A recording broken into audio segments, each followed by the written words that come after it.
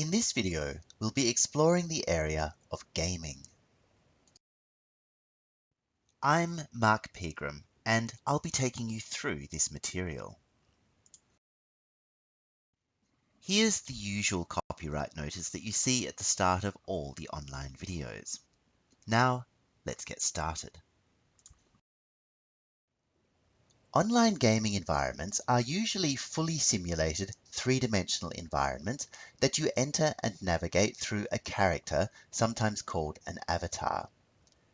Gaming environments are very similar to virtual worlds, with the difference being that they have particular in-game goals. You will come across these three abbreviations in the literature. The last of them stands for Massively Multiplayer Online Role-Playing Games. The first two are just shortened versions of that third abbreviation. There's a nice quote here from Seth Cooper saying that games bring together the strengths of computers and humans. Certainly there is some research being carried out on what the pedagogical advantages might be of getting students involved in online gaming. The educational research is generally not focused on simple games, that is, behaviourist drills or quizzes dressed up in gaming formats.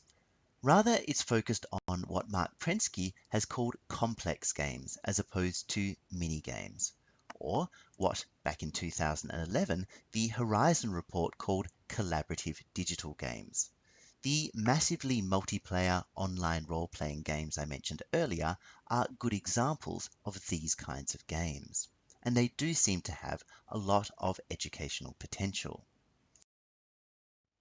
That's not to say that there is no value in dressing up some traditional learning activities as games, or at least introducing gaming elements, a process commonly referred to as gamification. Although the underlying learning activities may not change very much, if at all, this may at least be more motivating and engaging for students. Recently, we've also been hearing about shallow gamification. This is the idea of framing an activity as a game, for example in the description or instructions, without really introducing gaming mechanics. There is some evidence that this can still be motivating for students, but whether they would be motivated to engage in such activities in the medium to long term is another matter.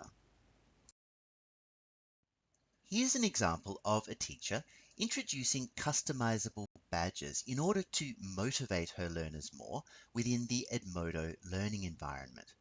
This is a typical example of gamification. As you can see here, badges might be awarded to recognize a student's performance. Going a step further, this is essentially a behaviorist drill dressed up as a game. In order to succeed in this game, you need to solve grammatical problems. Although the underlying exercise hasn't changed very much compared to the kind of exercise that you might see in a textbook, in this format, it might be more entertaining and more motivating for students. And as you can see, the whole thing is presented as a game where you can move through different levels.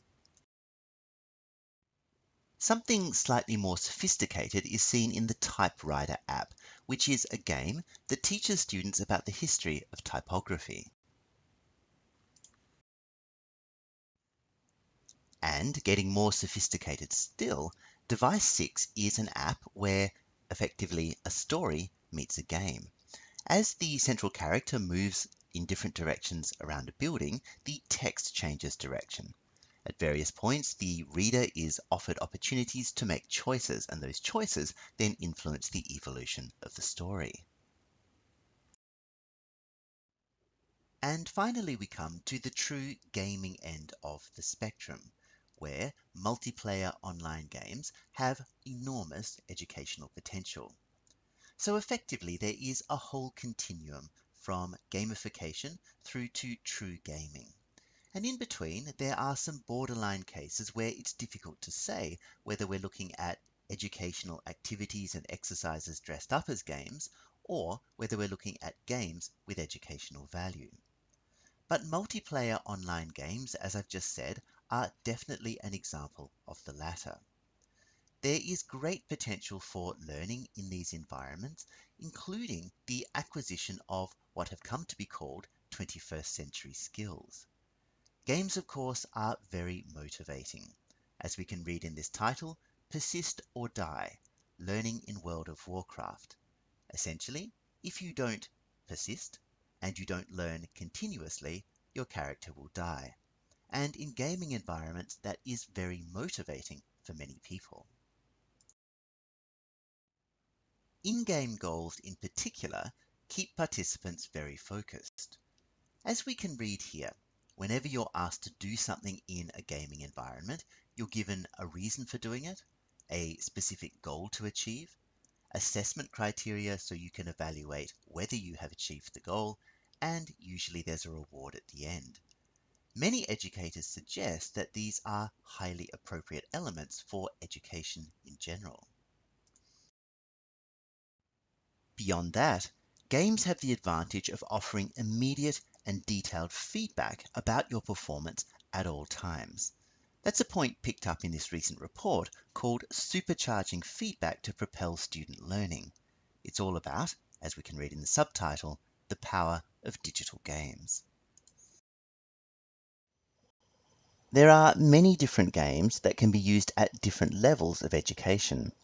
One game that has recently become popular for younger children is Minecraft, a gaming environment where everything is built from cubes.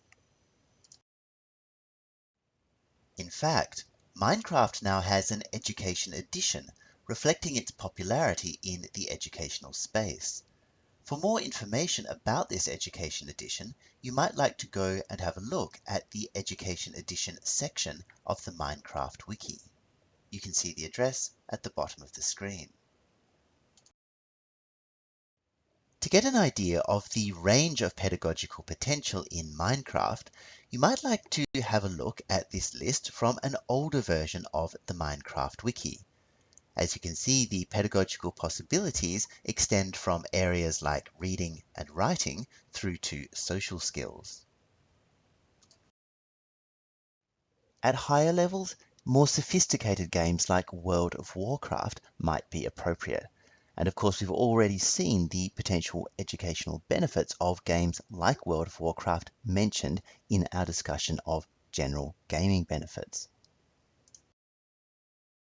In terms of new developments in this area, more time and energy and money is now being invested in the development of educational games which draw on commercial gaming principles and which therefore have some of their motivational benefits, but which are also strongly underpinned by educational principles and which can be used as platforms for teaching particular kinds of content and skills.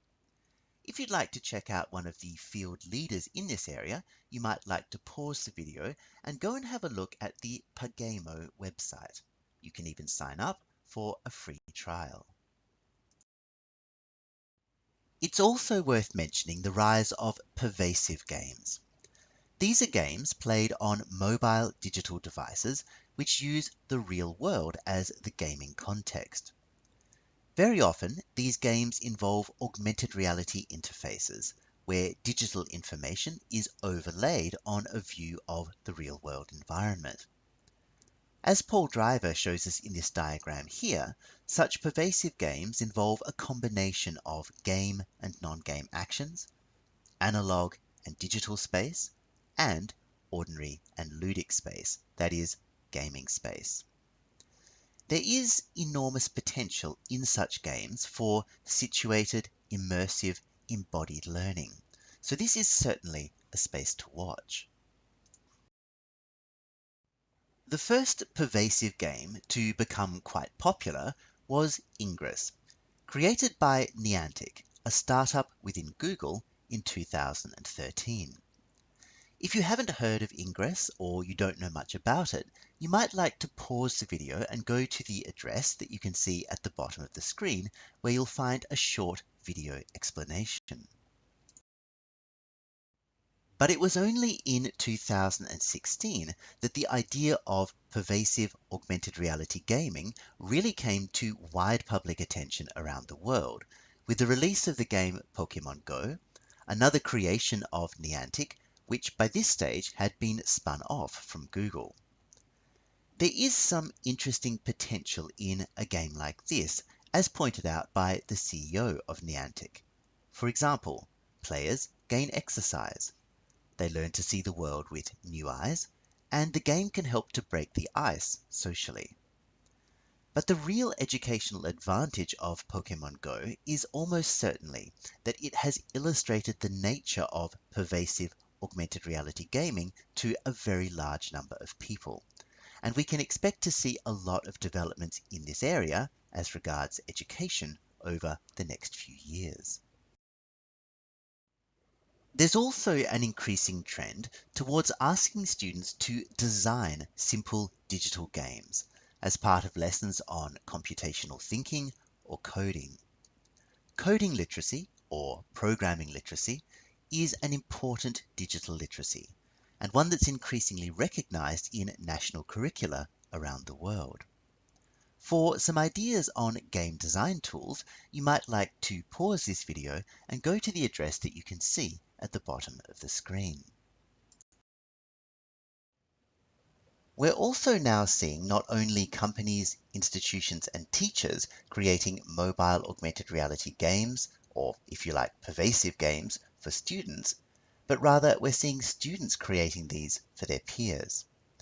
This is an example of a mobile augmented reality learning trail created on the Fresh Air platform by a group of secondary school students in Perth.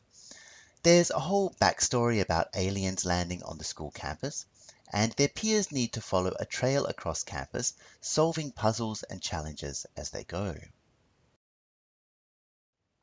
Bringing all of this together, we can say that there are motivational advantages in gamification, but especially in gaming. When it comes to the pedagogical advantages of gaming, they are many. Games facilitate task-based and collaborative learning, negotiation of meaning, and multimodal communication, and of course the development of 21st century skills. If we're talking about pervasive or augmented reality gaming, then there's also the possibility of situated and authentic learning. And if students are designing games, then they'll be developing coding skills and other digital literacies. On the downside, there is still a certain dependence on equipment, but it is becoming easier and easier to play games and even design them on a range of devices, including mobile devices. For more information about gaming, including a summary of the main points we've made here and links to useful references, you could go to the gaming page of the Digital Learning website. You'll find the address at the bottom of the screen.